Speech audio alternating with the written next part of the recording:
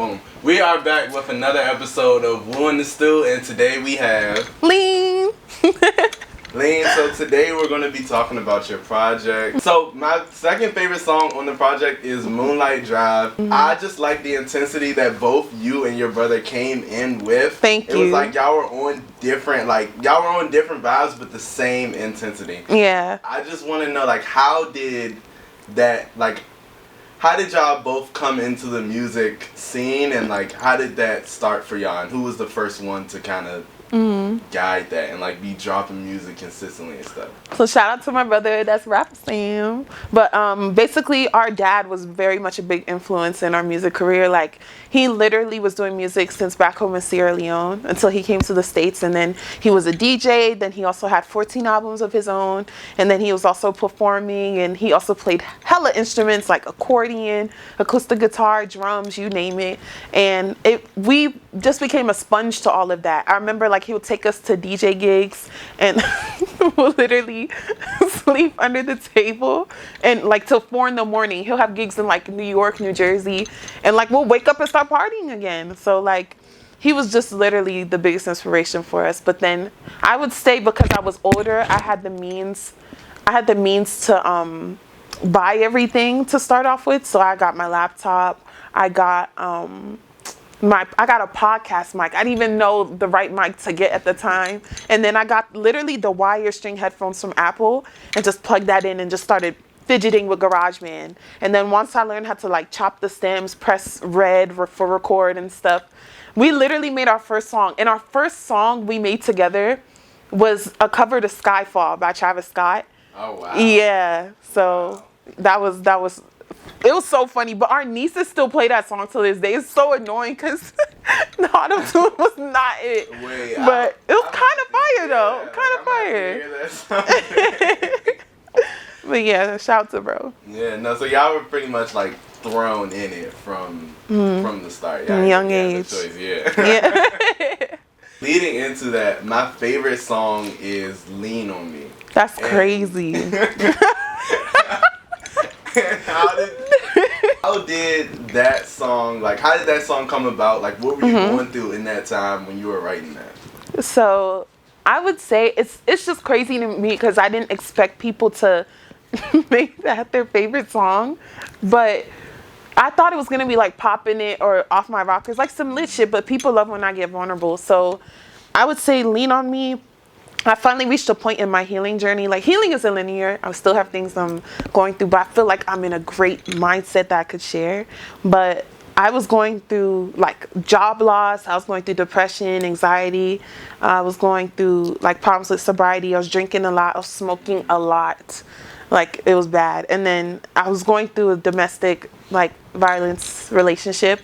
So it wasn't easy, but overcoming all of those things and just not letting it just remain a chip on my shoulder, just using it as a testimony more so. That's why in the song I'm saying, like, lean on me when you're in doubt, call on God, he'll help you out. Like an affirmation type of thing as well, you know, and it's not just to remind others, but it's also to remind myself. So I'm happy that people love it. Yeah. No, and I would say like, it's always a good thing when like the song is just relatable and so like down to earth, because like so many other people can gravitate to it, and like so many other people are probably like going through the same stuff. Yeah. So it's just like, you know, those are songs that really like, I would say those are songs that really connect and like make the fans. Yeah. And then like the lit songs that would keeps them and like keeps feeding them. But like I feel like those songs like that are the ones that actually make people be like, dang, I need to like start listening to her more. Like that makes the fans, yeah.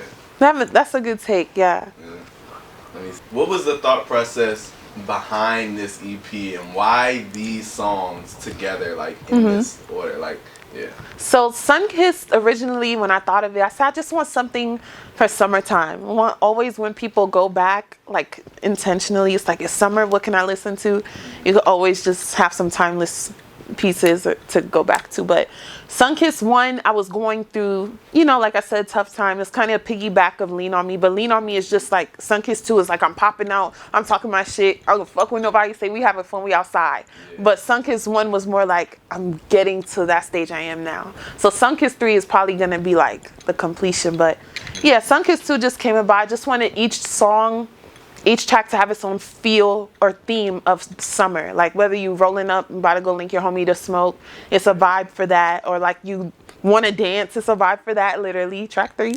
And then like Off My Rockers or Poppin', it's more like you with your girls, you with your guys, you getting ready to go out, like have a good time. Like you have songs for that. And then Lean On Me, like you said, it's just something that people can relate to, like you in your feels, like, because life's not perfect, it's not always happy giddy all the time. You have something that you feel like, you know, someone's there and could feel your pain.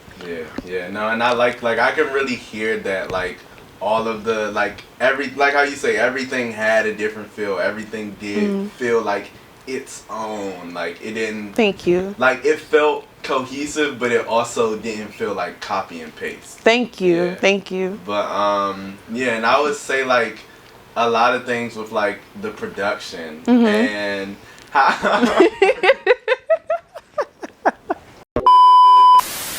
like, how did you go about the production? Did you find the beats or did you work with others? Like, so I found the beats.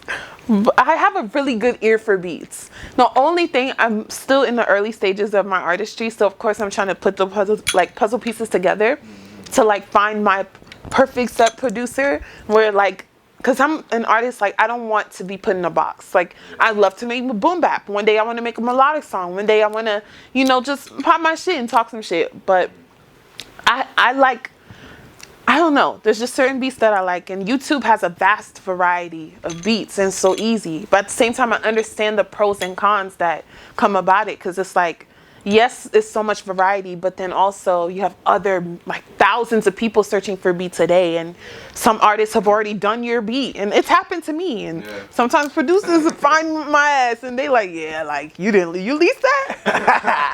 But no, that's like, the struggle is real with that, because I'm also like, I'm on YouTube beats all day. Yeah, I feel like a lot of people are. Yeah, it's really just because I haven't like met any producers that I can really like say like that, because like the same way, like I'm picky too, so when I'm trying to pick beats and I'm like, oh no, not that one, not that one, not that one. Yeah. You know, it's like a lot of times they'll take it personal, and it's like, no, it's not you, it's just like what I need to make this what I wanted to make, you know? But yeah, so no, yeah, definitely. And shout out to the YouTube producers too. And I understand the same way we put in like for our craft in terms of like creating raps, creating songs, they take time to make those beats that we deem as fire. So like I understand that they need their credit and they need their money too, you know? Yeah, no, they started a whole, YouTube beat started a whole wave. Wave, yeah. Alright, so the music video for Off My Rocker comes out tomorrow. What can we expect from that? Like, what vibes is it giving off, you know? So Off My Rockers, originally it's just a song, like, I literally just wanted something like it hit you in the chest when you hear it, like entering to the project, like just giving you a synopsis of like how summer feels, like you lit, you turn, whether you drunk, you high, you just with your friends having a good time. That's literally the video. I feel like these beautiful women, you know, thank you guys for the ladies that came out for the shoot. And then for my guys, PSR, all my brothers are in the video, so shout out to them. And it's just you with your day ones just having a great time. So yeah, I feel like we shot it in Baltimore, great location, and yeah, I just feel like it's gonna be nice. The jump right off of like Graffiti Alley. Yes, right, that I was just trying to think of it, and then thank you so much. Yeah, I've seen that studio before. Yeah, no, that place is tough. Thank you. Definitely. I really loved it, and like I said, like I'm an artist, but I also genuinely like was an artist. So like just seeing all the graffiti and drawing and stuff like that, I was like, yeah, I have to do it here. Yeah. Okay, and can we expect any other videos from the project? Yes. I'm not gonna give any Easter eggs. I'm not gonna say that because I like to let things marinate. Can't be spilling the beans too much. But yes, especially from this specific project, there's gonna be more videos. Yeah. And tell me a little about the collective that you have. Oh, shout out to PSR. So yes, PSI the collective. So it consists of me, my brother Rap Stan, well all my brothers, Almighty Heezy, Saywan, Trey, Jason, and Devi, and Clovey. And Clovey, he's the only one that doesn't make music. He makes dope clothes, and this is also Foots. He designed this plush. So and this comes off like yeah, and I wear this as a hat in the wintertime, y'all. It's about to get cold soon. So yeah, but we're all a collective. We have our own set like talents and things of that nature. I feel like aside from rapping and making music together individually, like Juan makes art, like cover arts, he draws and sketches. Jason and Heezy also like shoot videos, pictures as well. So we all individually do our things. I like fashion as well, so I do that content on TikTok more so. But it's just always nice to have a good set village around you and not yes men. We keep each other on our toes. Like sometimes we butt heads, but for the right purposes to get each other aligned and on track.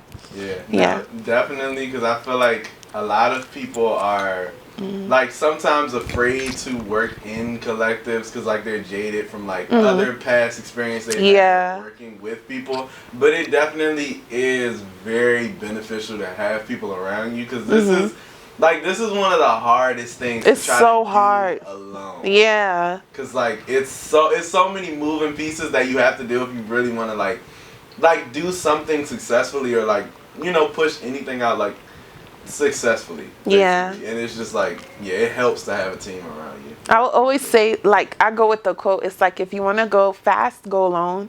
If you want to go far, go together. Yeah. No, I like that. I like that. I ate with that.